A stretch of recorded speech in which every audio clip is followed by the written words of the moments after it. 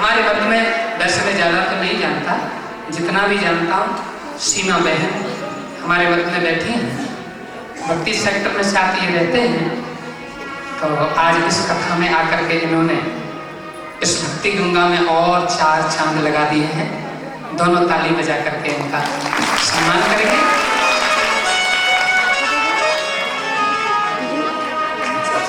और दूसरी बात, बहुत सुंदर भजन कन्हैया के, राधा रानी के, और जहाँ तक मेरा अनुमान है माता के भी ये बहुत अच्छी भजन संध्याएं करती हैं। और हमारे मत में आज ये विराजित हुए हैं यहाँ, तो पुनः फिर दोनों तक हाथों की ताली बजा के आप इनका सम्मान करें। बोलिए वृंदावन बिहारी लाल की जय। और जैसे ही उद्धव ने ब्रज की भूमि में प्रवेश किया, लेकिन यहाँ सभी तरफ जो माहौल बना हुआ था वो कृष्ण भक्ति का उद्धव ने देखा। बहुत प्रयास किया सभी को समझाने का, समय का ख्याल रखते हुए आइए माँ यशोदा के पास जैसे कृष्ण पहुंचे, उद्धव पहुंचे, तो मैया यशोदा अपने कान्हा को झूला झुला रही थी। और झूला में गोपाल सो रहे हैं, इस भाव को लेकर के माँ बैठी थी। उद्धव ने कहा, माँ उद्धव मथुरा से आया हूं मैं। मैया कहती है, बेटा जो भी है धीरे बोलो, मेरा कन्हैया पलने में सो रहा है, कहीं जगना है। और लोरी सुनाती हुई कन्हैया को सुलाने लगी, छगन मगन मेरे लाल को आजा दिया, सुंदरी मोहन श्याम के नैनन बीच समा, आजा दिया। मैया मैं उद्धव मथुरा से आया हूं। मैया कहती, उद्धव कौन कौन उद्धव? मेरा गोपाल तो यहाँ है।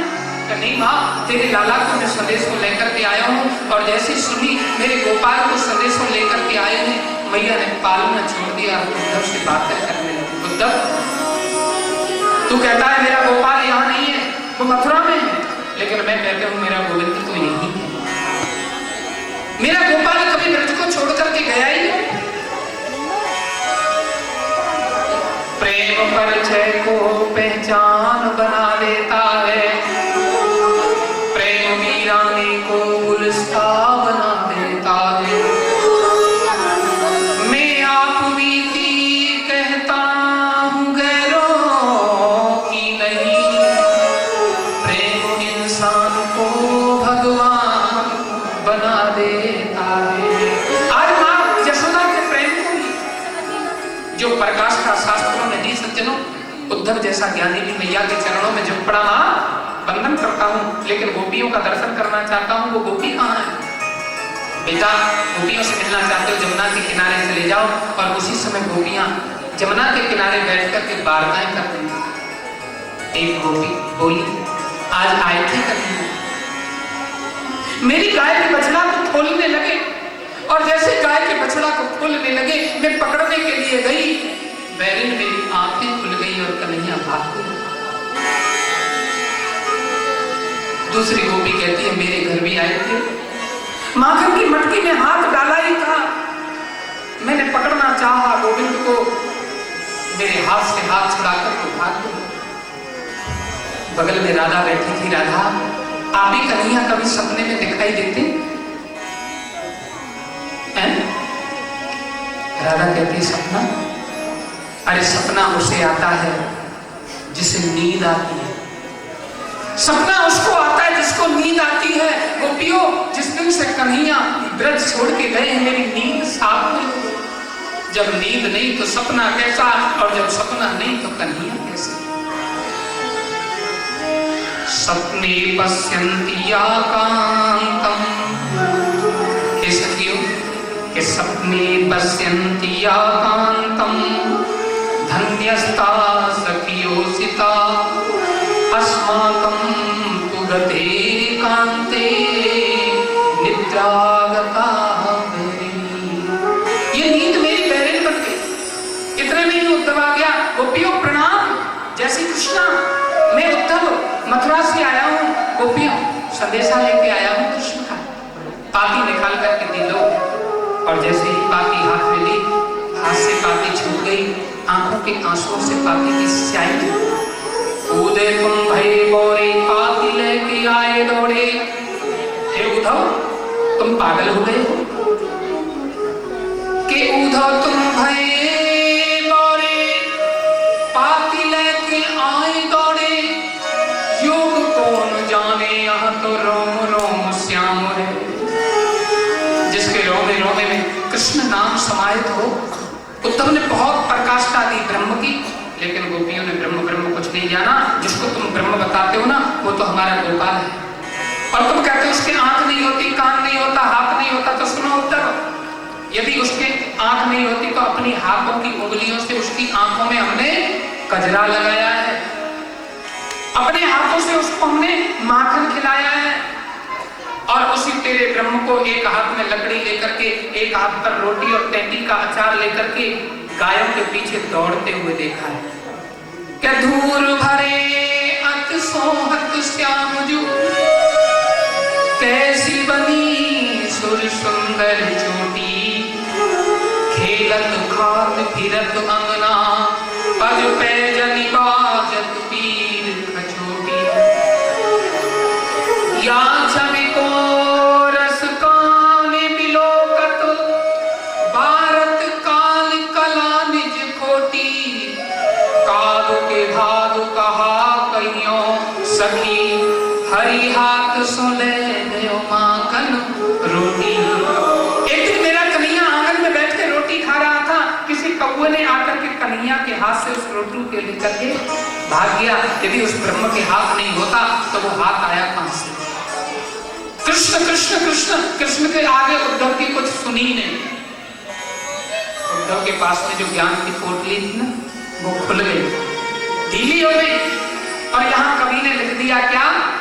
ऊधो सूदो है चलो, सोने गोपिन के बोल। और ज्ञान बजाई डुमडुमी, प्रेम बजायो ढोल। ज्ञान की डुमडुमी को बजा करके, प्रेम के ढोल को गले में लटका करके उद्धव मथुरा को जा रहा है। लेकिन उससे पहले मैया से बोला, माँ कोई संदेशा कन्हैया को भेजना है तो बता। मैया के मुख से एक ही शब्द निकला, उद्धव मैंने सुना है मेरा लाला आजकल मथुरा को राजा है, और राजा को दास और दासियों की जरूरत पड़ती है। उस कृष्ण से मेरा एक संदेशा कह देना बेटा, यदि तुझे किसी दासी की आवश्यकता हो तो अपनी इस माँ को बुला ले। तेरे यहाँ दासी का काम करते करते तेरी माँ कम से कम तेरे चेहरे को तो देखती रहे। उद्धव कहता, मैया तू ऐसा क्यों कहती है, मैं तेरे चरणों में प्रणाम करता हूं।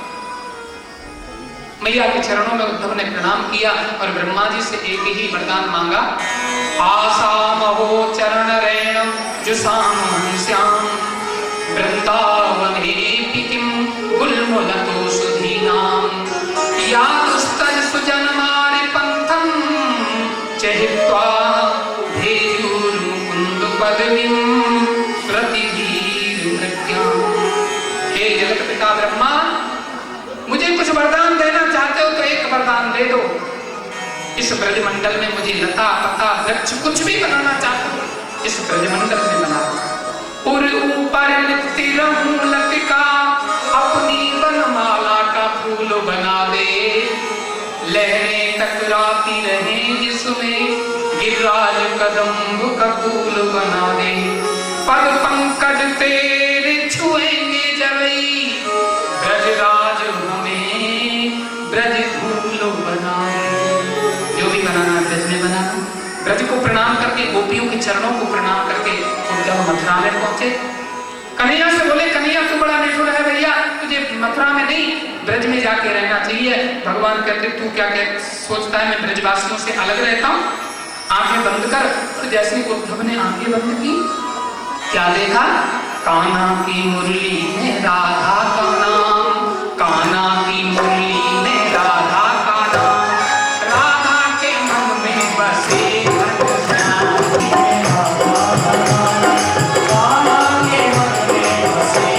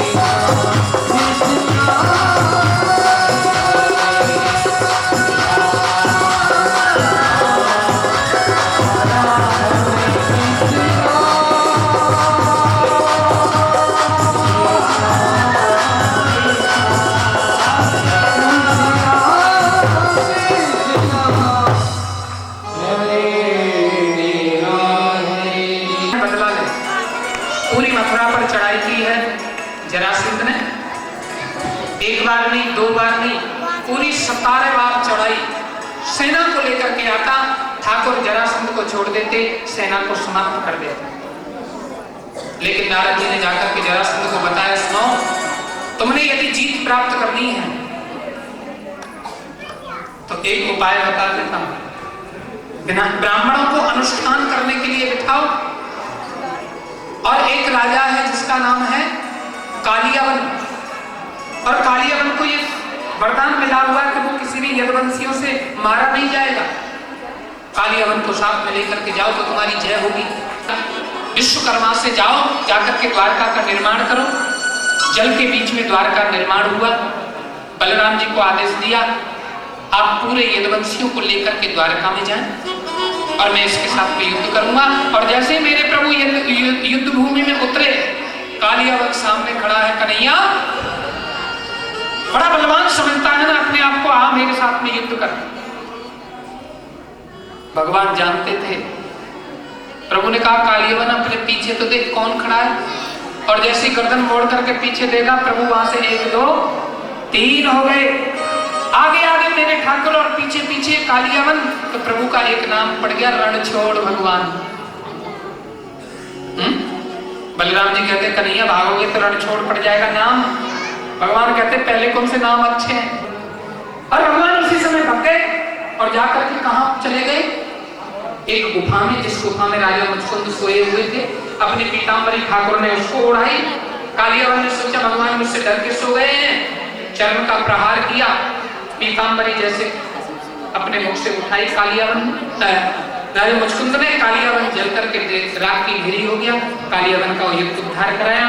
राजा मुचकुंद को दर्शन देकर के मेरे प्रभु ने उनका उद्धार किया। प्रभु सीधे द्वारका में गए।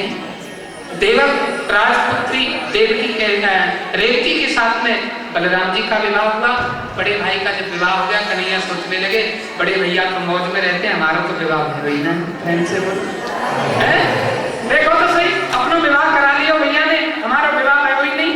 सुखदेव स्वामी वर्णन करते, परीक्षित, मेरे प्रभु का कुंदनपुर के जो राजा है ना भीष्मक, उनकी पुत्री रुक्मणी के साथ में हुआ।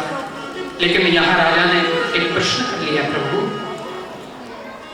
मैंने तो सुना है मेरे ठाकुर का विवाह गंधर्व विधि से हुआ था। राजा भीष्मको नाम विदर्भाधीर पतिर् महान, तस्य पंचा भवन पुत्रा कन्यकाचित् वरान्। हाँ परीक्षित, तुमने जो भी सुना सत्य सुना।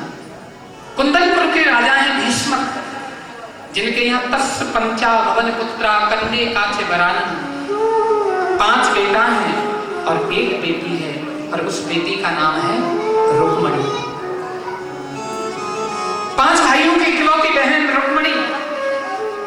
एक दिन पिता ने कहा, बेटा बहन विवाह के योग्य हो गई है, जाओ इसके लिए कोई वर ढूंढ करके लाओ। जितने भी वर मैंने खोजे तुमने सब फेल कर दिए, सबके लिए नकार दिया तुमने। अब तुम जानो, तुम्हारा काम जाने। लेकिन एक बात बताऊं, इस समय पर सबसे अच्छा वर मुझे यदि कोई दिखाई दे रहा है तो वो द्वारकाधीश, उसके साथ में रुक्मणी का विवाह कर दो ना। और तो कोई बोला नहीं, बड़ा बेटा बोल पड़ा जिसका नाम है रुक्मी, उस द्वारकाधीश के साथ, उस छलिया के साथ, उस चोर के साथ 4 दिन से द्वारका का राजा क्या बन गया, अपने आप को महाराज समझने लगा। नहीं नहीं, उसके साथ में मैं अपनी बहन का विवाह नहीं करूंगा। पिता ने कहा, तू जाने तेरा काम जाने, फिर देख के ला। सभा में से उठा, थोड़ी देर बाद लौट करके आया और कहने लगा, सुनो परसों बारात आएगी रुक्मणी की। कहा इतनी जल्दी? कहाँ, मेरा काम ऐसा वैसा नहीं होता, या तो करता नहीं और करती तो झट मंगनी झट ब्याह। का किसके साथ में? कदम घोष नंदन शिशुपाल के साथ में अपनी बहन का विवाह करूंगा मैं बड़े धूमधाम से। लेकिन जैसे ही रुक्मणी को पता चला, मन ही मन वो तो द्वारकाधीश को अपना पति बना चुकी थी। ऐसे ऐसे पति को क्या करूं, जो जन्मे और मर जाए, बड़ी बड़ी गोपाल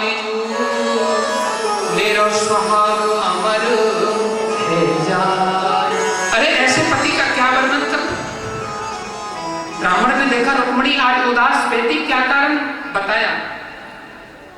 मेरा विवाह शिशुपाल के साथ में कर रहे हैं, लेकिन मैं चाहती हूँ क्या करूं बेटी, ये पत्र ले जाओ और प्रभु द्वारकाधीश को दो।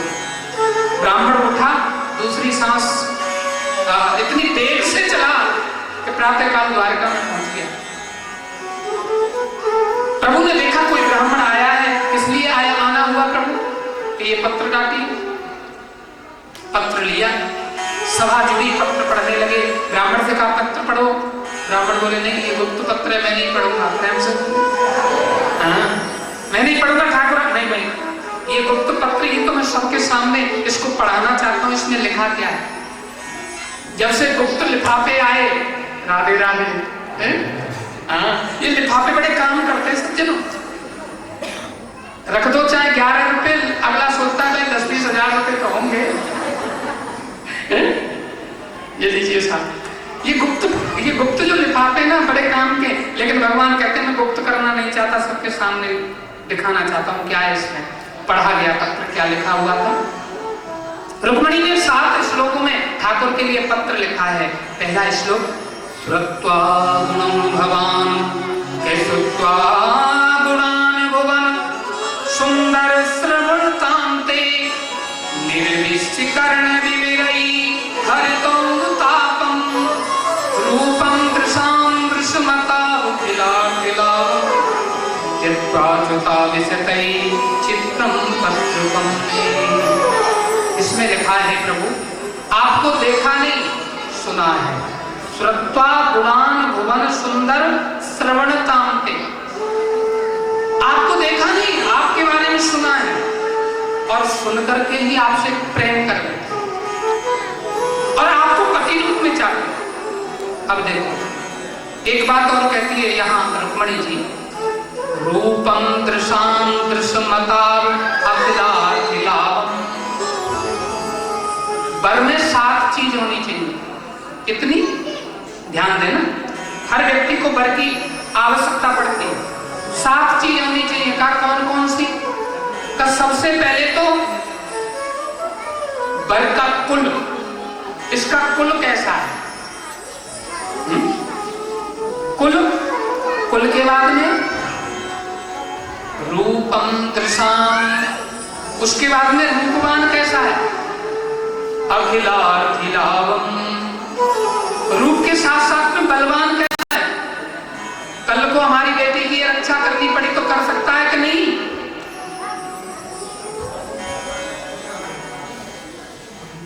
इसलिए लेकिन धन के लोभियों ने इस पवित्र व्यवहार को एक व्यापार बना दिया। यहाँ रुक्मिणी जी कहती हैं प्रभु मैं वर्ण तो करना चाहती हूँ, लेकिन वर्ण ऐसे नहीं करूंगी।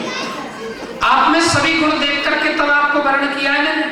आपका कुल भी ठीक, आपका नाम भी ठीक, आपका रूप भी ठीक, और बलवानों में तो आप अग्रगण्य हो ही। इसलिए आप आइए और ऐसे नहीं, आप मेरा हरण करके ले जाइए। क्यों? क्योंकि रुक्मिणी देखना चाहती है। यदि भगवान मुझे लेकर के जाएंगे और मेरे भाई इसको रोकने की कोशिश करेगा, यदि बलवान होंगे तो अपने बल का परिचय देते हुए मुझे हरण करके ले जाएंगे, और बलवान नहीं हुए तो मैं तो यहाँ हुई। कन्हैया बोले वही का कहाँ का? वही का जगह का कोई नाम है कि नहीं है? कि मैं ही जा रहे हूँ, मैंने सुनी है आजकल कुंदनपुर में स्वयंवर हो रहा है। अब सुमन बलराम जी बोले ओहो मुझे